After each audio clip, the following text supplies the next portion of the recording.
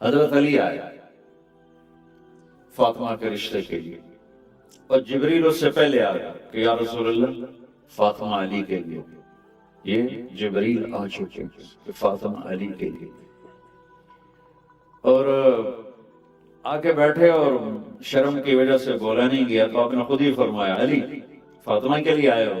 ان کے تو آپ نے کہا انشاءاللہ، اور یہ کہہ کر اٹھ کے چلے گئے۔ یہ باہر نکلے تو صحابہ کھڑے تھے انتظار میں بھی کیا ہوتا ہے، تو پوچھا صحابہ نے کیا ہوا؟ کہ انکار ہو گیا۔ کہنے لگے انکار ہو گیا؟ کہنے لگے ہاں۔ کیوں؟ کا کچھ بولا ہی نہیں، کچھ کہا ہی نہیں، نہ ہاں نہ نہ۔ تو عبد الرحمن بن عوف کہنے لگے کچھ بولے تھے؟ تو کہنے لگے ہاں انشاءاللہ کہا تھا۔ کہا تو مبارک ہو گیا۔ کہا وہ کیسے؟ کہا نبی کا انشاءاللہ ہاں ہوتا ہے۔ انشاءاللہ کیوں کہا؟ جبریل تو پہلے آ کے بتا چکا ہے کہ فاطمہ علی کے لیے اللہ لکھ چکے۔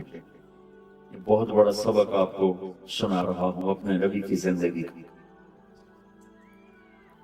آپ نے ہاں نہیں کی، فاطمہ جیسی بیٹی، محمد جیسا باپ اور علی جیسا رشتہ، اور جبریل اوپر سے خبر لا چکے ہیں کہ یہ یہی ہوگا۔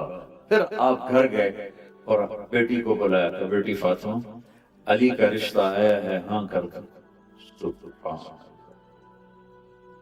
یہ اللہ نے ہمیں، اللہ کے نبی نے ہمیں سکھانے کے لیے یہ قدم اٹھایا ہے۔ آپ کا آج کل کی بیچاری بیٹیاں کچھ نہیں کہتی، چپ کر کے چلی جاتی ہیں۔ فاطمہ جیسی بیٹی، جنت کی عورتوں کی سردار، اور محمد مصطفیٰ جیسا باپ، وہ باہر جس کو بھی ہاں کر دیتے۔ آپ کا کیا خیال ہے؟ فاطمہ نے کہنا تھا نہیں، باپ محمد مصطفیٰ جیسا، بیٹی فاطمہ جیسی، داماد علی جیسا ہو، فاطمہ ہاں کرتا کہ یہ بیٹی کا حق ہے، یہ بیٹے کا حق ہے۔ بیٹا آپ کی یہاں شادی کر دیں، آپ کو منظور ہے، آپ خوش ہیں؟ جی اب کرو۔ وہ کہے میں نے نہیں کرنی، تو یہ نافرمان نہیں ہے۔ اگر بیٹی کہتی میں نے یہاں نہیں کرنی، وہ نافرمان نہیں ہے۔ اگر بیٹا یہ کہتا ہے میں نے یہاں نہیں کرنی، وہ نافرمان نہیں ہے۔ ہم پیدا ہوتے ہی اے میری تے ہے میرے پتر، پہلے ہی ملا کے بہ جاتے، پیچھے لڑائیاں شروع ہو جاتی۔ میں قربان جاؤں، کیا خوبصورت سبق دے رہے ہیں۔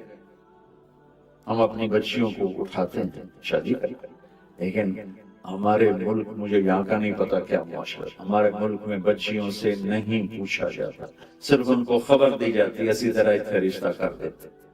وہ جانور ہے، انسان ہے، وحشی ہے، بدماش ہے، بس اب ہم نے یہی کر دیا۔ ہماری عزت کا سوال ہے۔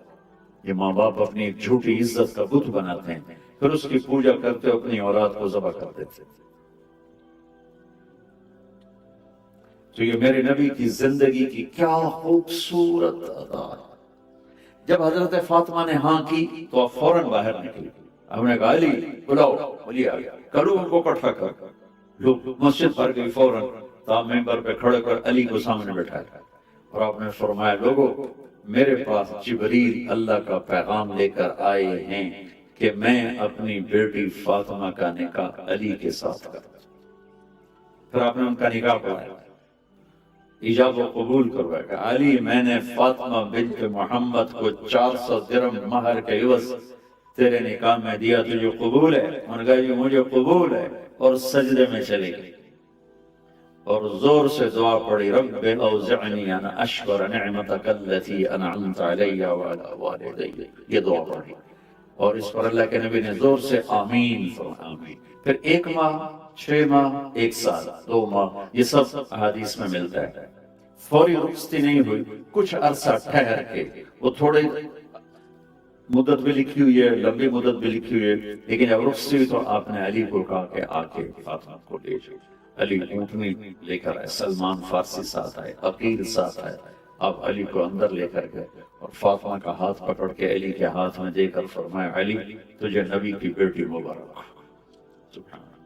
پھر فرمایا میری بیٹی فاطمہ، مجھے اپنی فیملی میں جو سب سے پیارا تھا میں نے تیرا ہاتھ اس کے ہاتھ میں دے دی، پھر اپنے پیالے میں پانی منگوایا اور اس پر قل اعوذ برب الفلق قل اعوذ برب الناس پڑھ کے اس پر دم کیا، پھونکا، پھر ایسے اس میں انگلیاں ڈال کے علی کے سینے پر چھڑکاؤ کے، پھر فاطمہ کے سینے پر، پھر ان کی کمر پر، پھر ادھر ایک روایت میں یہاں بازوؤں پر، پھر باقی کہا کہ یہ پی لو، باقی ان کو پلا لیا۔ میرے نبی ایک زندگی دے کر گئے، ایک بھرپور زندگی دے کر گئے۔